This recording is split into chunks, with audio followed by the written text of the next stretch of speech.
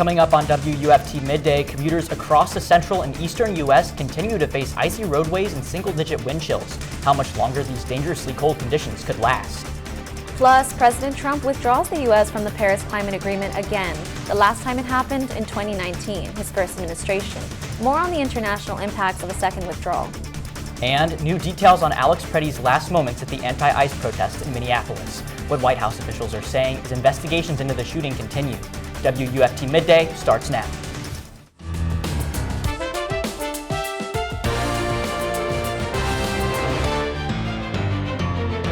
You're watching WUFT Midday.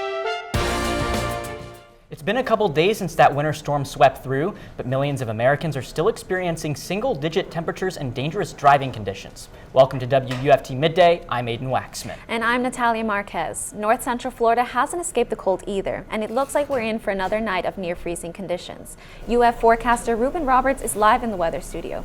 Reuben, people should still bundle up when heading outside in the nighttime or early morning hours. I mean, taking a look since midnight, you can see the temperatures have been relatively cold. I mean, we've been sitting in the 20s and 30s depending on where you are in North Central Florida. You can blame that on the high pressure that's been bringing winds from the north, but I'll go more into that later on in the show. But taking a look at what it's looking like right now, this is the high. So it is going to warm up a little bit. You see, we're going to be touching the mid 50s and the low 60s depending on where you are in North Central Florida, but it's not getting too relatively hot in our state. Now you can see with our evening planner from 1 p.m. to 7 p.m. the temperature clear skies, and clear skies. You're going to see us in the 50s, and then you're going to see us creep lower towards the 40s, and we are expected to cool down. Now before moving on, I did want to talk about a freeze alert that we are under tonight. So this is effective from 11 p.m. until 9 a.m. tomorrow. So you can see almost all of North Central Florida. I did want to point out a little bit of Daytona area isn't quite under freeze alert, but I will go more into that later on in the show. Hundreds of thousands of people are still dealing with power outages caused by the weekend's winter storm. The damage stretched from East Texas through Louisiana, Mississippi, and into Nashville, Tennessee. CNN's Ivan Rodriguez reports on power recovery efforts in the Music City. Around 100 million people are under cold alerts for frigid temperatures that will stick around for days. More record lows are expected in the south and east through at least this weekend. We could be looking at a while before a lot of people see power, even potentially into next week. And with the weather right now, that's a concern. In Lafayette County, Mississippi, a majority of customers are still without power. Crews there are facing challenges with the cold weather and debris from trees. Due to the impact of the trees falling, power lines snapping, the roadways are very impacted from that, and that just delays the linemen being able to get to those areas because we've got to get all that debris cleared out. The governor of Mississippi deployed about 500 National Guard members to assist with debris cleanup and traffic control. Still, it takes time. A similar obstacle faced by crews in other southern states like Tennessee. We've already had a few scenarios where lines have been restored on one stretch of a roadway, and just around the block, another line will come down as a new branch falls. That was Ivan Rodriguez reporting. The Cold Night Shelter program is still available for those who need it. The program ensures that the city's most vulnerable neighbors have a warm place to sleep when temperatures drop below 45 degrees. St. Francis House is open to families, women, and children, while Grace Marketplace primarily serves individual adults. The U.S. is once again out of the Paris Climate Agreement. The withdrawal Tuesday marks the second time under President Donald Trump. That's after his predecessor reinstated the country between Trump's two terms. The U.S. is the only country to withdraw from the Paris Agreement. This time around, Trump also wants to abandon the UN treaty that underlies that accord. That's despite it getting Senate ratification in 1992 and then President George H.W. Bush's signature. The Trump administration is continuing its shift in position on the fatal shooting of Alex Preddy. Top White House aide Stephen Miller said Tuesday officials are evaluating why federal agents in Minneapolis may not have been following proper protocol. He cited guidance that the agents were tasked with creating a physical barrier between arrest teams and disruptors. Miller admitted sub-agents may not have followed that protocol. In the immediate aftermath of the incident, Homeland Security Secretary Kristi Noem said Preddy committed an act of domestic terrorism. She claimed he appeared to have been hoping to kill federal agents and had drawn his gun. Video shows Preddy's pistol was not discovered until agents had already swarmed him. Miller's position follows statements President Donald Trump made where he said he had not heard Preddy was a domestic terrorist. The Challenger space shuttle disaster happened 40 years ago today. Those old enough to remember know where they were when they found out the space shuttle exploded. 3, 2, 1, and liftoff. Liftoff of the... It blew up 73 seconds after launch, killing all 7 crew members on board. That included 37-year-old Krista McAuliffe. She was a teacher whose launch into space was heavily promoted and followed, especially by school kids. The explosion was captured on camera and broadcast to the world. It stunned NASA as well as the nation. The space agency suspended its space shuttle program for nearly 3 years while it investigated what went wrong. According to the city of Alachua, one of its 3 voting centers, the Hathcock Center, is going to be under construction this year. This relocates voters in that area to Legacy Park at Precinct 3, nearly 2 miles away. The Hathcock Center serves 57% of non-white voters in the city, according to the organization. Members of the Alachua County Democratic Party, in situations where transportation is already tough, say the construction is a form of voter suppression. The organization's chair, Tyler Force, said the construction design hasn't been voted on and likely won't be until after the election. Force said the decision to close Precinct 53 is an attempt to protect Republican Commissioner Dana Williams. I think that the good old boys that run the city still are scared of what's coming in April because they know that the citizens of the city of Alachua are not happy with the direction of their city. And they're going to hold these commissioners, well, the commissioner that's up for re-election, accountable for that. Force is confident that despite the precinct change, Commissioner Williams will not be re-elected. Commissioner Williams' term expires in the upcoming election in April. Our team tried speaking with someone from the city of Alachua, but we haven't heard back. The Alachua County Commission District 2 has a new representative candidate. Byron Williams is officially announcing his candidacy at High Springs City Hall on February 2nd at 5 p.m. This is the same place that he started his now 20-year-long government career. Anyone is welcome to attend to learn more about what his visions are for Alachua County. Listen up, late night and early morning commuters. You're taking a live look near the construction happening on County Road 320 on I-75 southbound. That road is closed again tonight from 9:30 p.m. to 6 a.m. The closure was extended today as crews continue working to repair the overpass above the interstate. The repairs are taking place after a dump truck crashed into the structure last year. Concrete barriers and detour signs are in place for drivers. The Alachua County Library District is providing tax prep services for free. Take a look at your screen. These are just some of the libraries offering tax return help starting the first week of February. Sessions are by appointment, but walk-ins are accepted if it's not busy. Book an appointment on the Alachua County Library District website listed on your screen.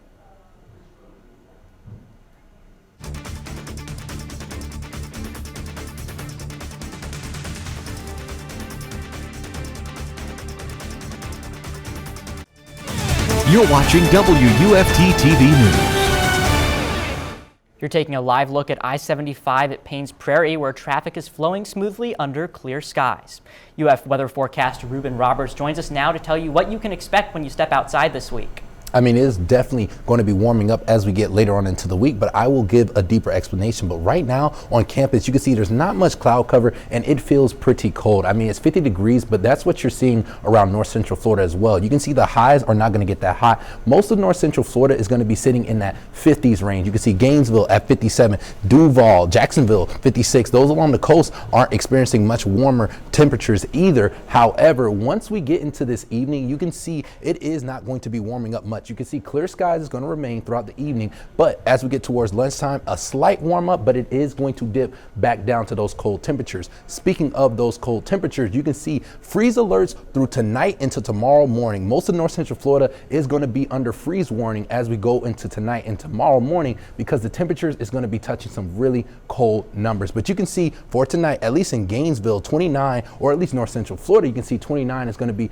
pretty relative of what you should expect. It is going to be a cold night. So if you are going out tonight, bringing a jacket is pretty smart. The winds is not going to get too breezy as well. But let's look at the lows for tomorrow. I mean, it's the same story, different day. You can see the lows are going to be touching those 20s, those 30s. Those along the coast are enjoying a little bit more warmer temperatures, but it is pretty relative. Those in North Central Florida will be seeing the 20s and 30s for tomorrow morning. Now, rest of week, let's walk over here. Temperature roller coaster. This has been a buzzword we have been using recently because North Central Florida has been on a temperature roller coaster. So let's go and let's start. First, before moving on, I did want to point out right now, as of Wednesday, there's a high pressure over Texas, which is bringing in winds from the north, which is bringing in that colder temperature. So that's why it feels really cold. But I do want to point out Thursday and Friday, it is going to warm up, as this high pressure will be bringing in winds from the east, the Atlantic, which is going to warm us up a bit. But enjoy that Friday and enjoy that Thursday, as we do expect some showers to start to come through, and this low pressure is going to really affect us as we move on into the weekend. You can see Saturday, breezy, cold temperatures. Why? Because this low pressure here and this high pressure here is going to be tag teaming us. So this high pressure here is going to be bringing in winds from the north, cold winds, but this is going to be bringing some Arctic winds. I mean, you can see it's over the Carolinas, and it's going to be bringing in some cold temperatures for us in north central Florida. But before we get there, I do want to mention the high temperatures Gainesville is going to experience over the course of these next few days. You can see Thursday, 60 degrees, Friday, 66. So enjoy those 2 days of that warm up. But Saturday, we are going to be hitting some really cold temperatures. As a matter of fact, we could be seeing some potential record lows in Gainesville. We are forecasting potentially 20-degree temperature is going to be our low for Saturday night. The current record is 24, but we want to see on the 7-day outlook what it is going to look like. As mentioned, Wednesday, it is going to be cold. 57, 29 is your low. Thursday, that warm up, the lows are still pretty low, 35, 42, but Saturday, 50 is going to be your high, 20 is going to be your low. As we get into Sunday, though, it is still going to remain relatively cold, and you can see for the rest of the 7-day outlook, we are expected to warm up come Monday and Tuesday. Think twice before opening your next pack of candy. WFT's Victoria Perez is in the studio to tell us why certain candies may not be safe to eat. A new study from the Florida Department of Health shows a poisonous chemical in some of the sweets you may like the best. Some of the treats on that list include Snickers, Kit Kats, and Skittles. What this means is that you may want to avoid putting certain things in your cart. Working out is a way of life for the owner of Numa Speed Elite.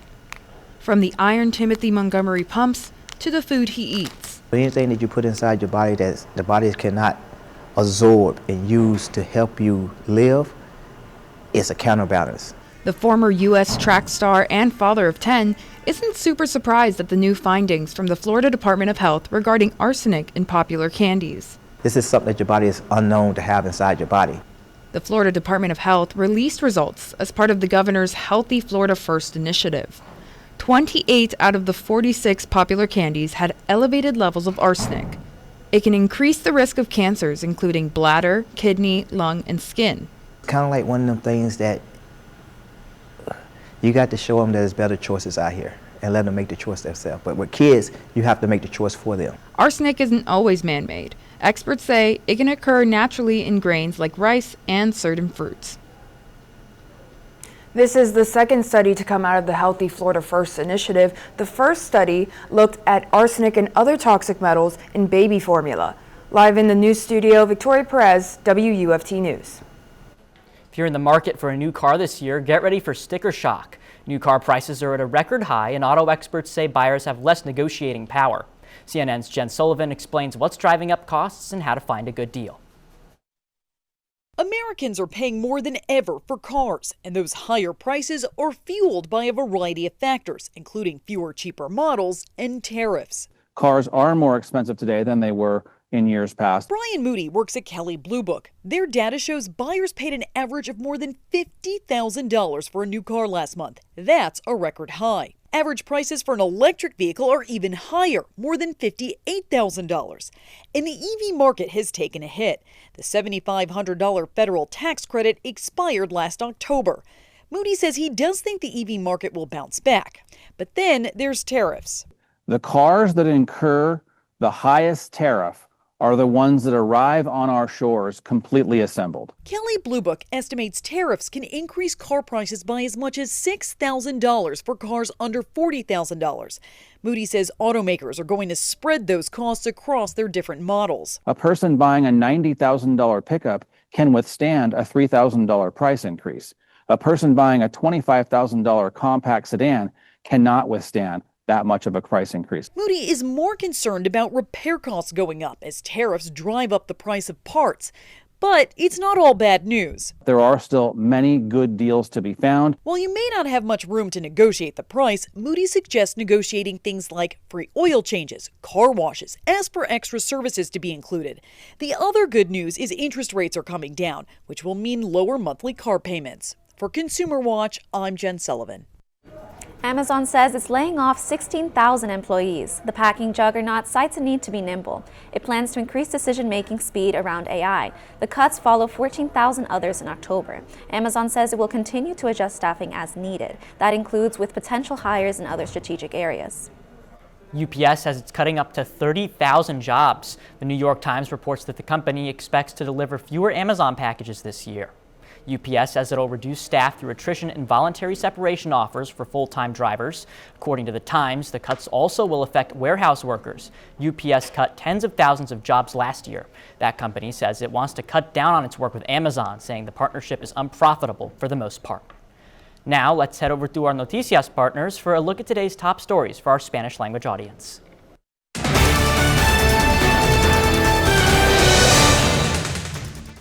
Hola, soy Zagal con tus noticias en 90 segundos.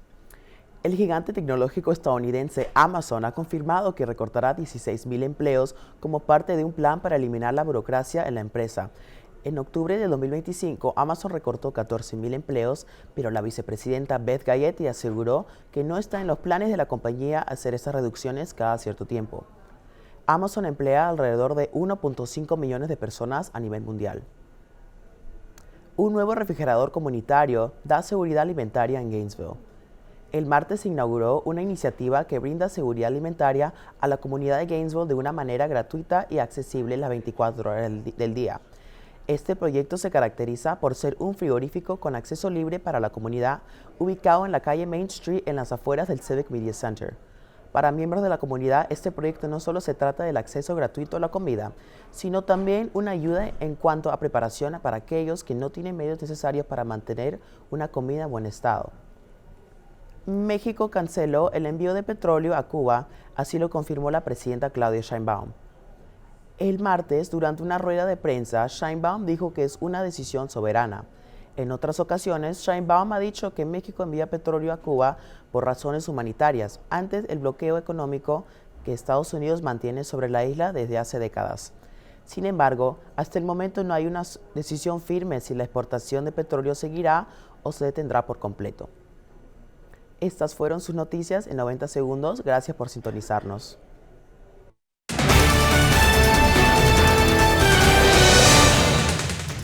Welcome back to sports. I'm Kennedy Cusack. After a surprise loss on Saturday to Auburn, Florida men's basketball looks to rebound on the road this week versus South Carolina. And the road has not been kind to Florida. They're just 2-2 away from home. Tuesday head coach Todd Golden said their mindset is key. Where every game going on the road, like you can't expect to just go in there and win a game. We got to have the same mentality we did, our last two road games. Obviously going on the road to Oklahoma, I thought we played great in the first half. We were ready to compete. And we played 40 really good minutes against Vanderbilt on the road as well. Florida doesn't lose many back-to-back games. After a loss this season, the Gators are 4-1. The only time they've lost consecutive games was against Duke and UConn by a combined 5 points. They look to make it 5-1 against the Gamecocks tomorrow at 9 p.m. Over to high school basketball, in Gainesville High has been one of the hottest teams in the area as of late. Last night, they welcomed Newberry, trying to continue their 6-game win streak. It was a senior night for the Gainesville boys basketball. The Hurricanes played at home and defeated Newberry with key contributors like senior A.J. Hall, who scored 23 points in overtime. Newberry lost without their top scorer and led by Henry Mateus, who scored 25 points. This marks the 7th straight win for Gainesville High School. The Hurricanes head to Eastside, ready to regular season wrap up the season. From the hardwood to the diamond, the Gators softball is getting back into the swing of things. With this season just a week and a half away, the team held a media availability Tuesday and says their mentality is to compete every game on the way to OKC. That's to compete for a national championship. And if we're not talking national championships, then you're probably not talking to me as the coach. I think we're just trying to keep it simple and take it one step at a time. Obviously, we're not going to be in Oklahoma City tomorrow, so we just have to enjoy the journey and take it one step at a time. The Gators lineup has been set in stone. However, according to Walton, the lineup includes the redshirt freshman Townsend Thomas as the leadoff Florida's leader in home runs, Taylor Shoemaker's batting second, and Jocelyn Erickson as the three-hole hitter. Florida starts the season in Tampa against Illinois State next Friday. Let's tumble over to Gators gymnastics, where the team is rolling after starting the season 5-0. This comes with a special honor to Riley McCusker, who's named the Specialist of the Week. The Gators head coach Jenny Rowland would just be beaming with pride. Makes my heart very happy for Riley. She has worked so hard and executed so beautifully. She wants nothing more to help this team and be the best that she can for this team, and it is a well-earned and deserved honor.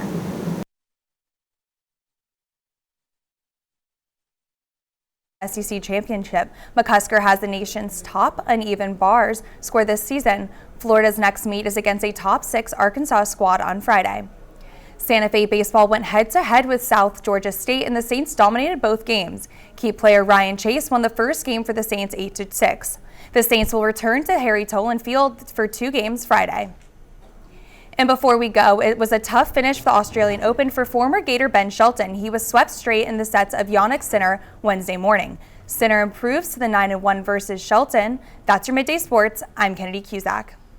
Now let's take a look at what's coming up on First at 5 on Channel 5. For that, let's join our midday reporter, Caroline Triplett. She's live in the studio with what you can expect. Hey everyone, we hope you're having a wonderful midday. Coming up at 5, we take a look at how theft can impact local businesses, specifically places that specialize in glam, plus anti-ice graffiti in Millhopper. We have a team digging deeper into that story for you. And Bread of the Mighty Food Bank just opened a location at a local high school. We tell you what makes this story unique. Also, how much longer will you have to bundle up? We'll tell you as we continue to track the cold weather just for you. That's all for me, live in the studio, Caroline Triplett, WUFT News.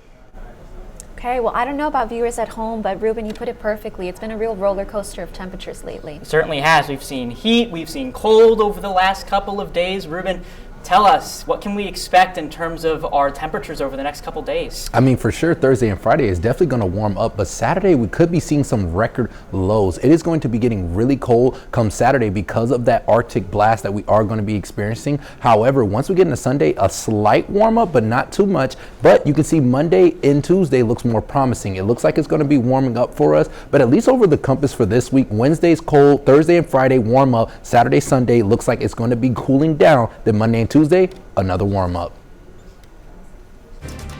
Thanks for joining us for WFT Midday. We're back here tomorrow for another edition. We'll see you later today for First at 5 on Channel 5. Have a great afternoon.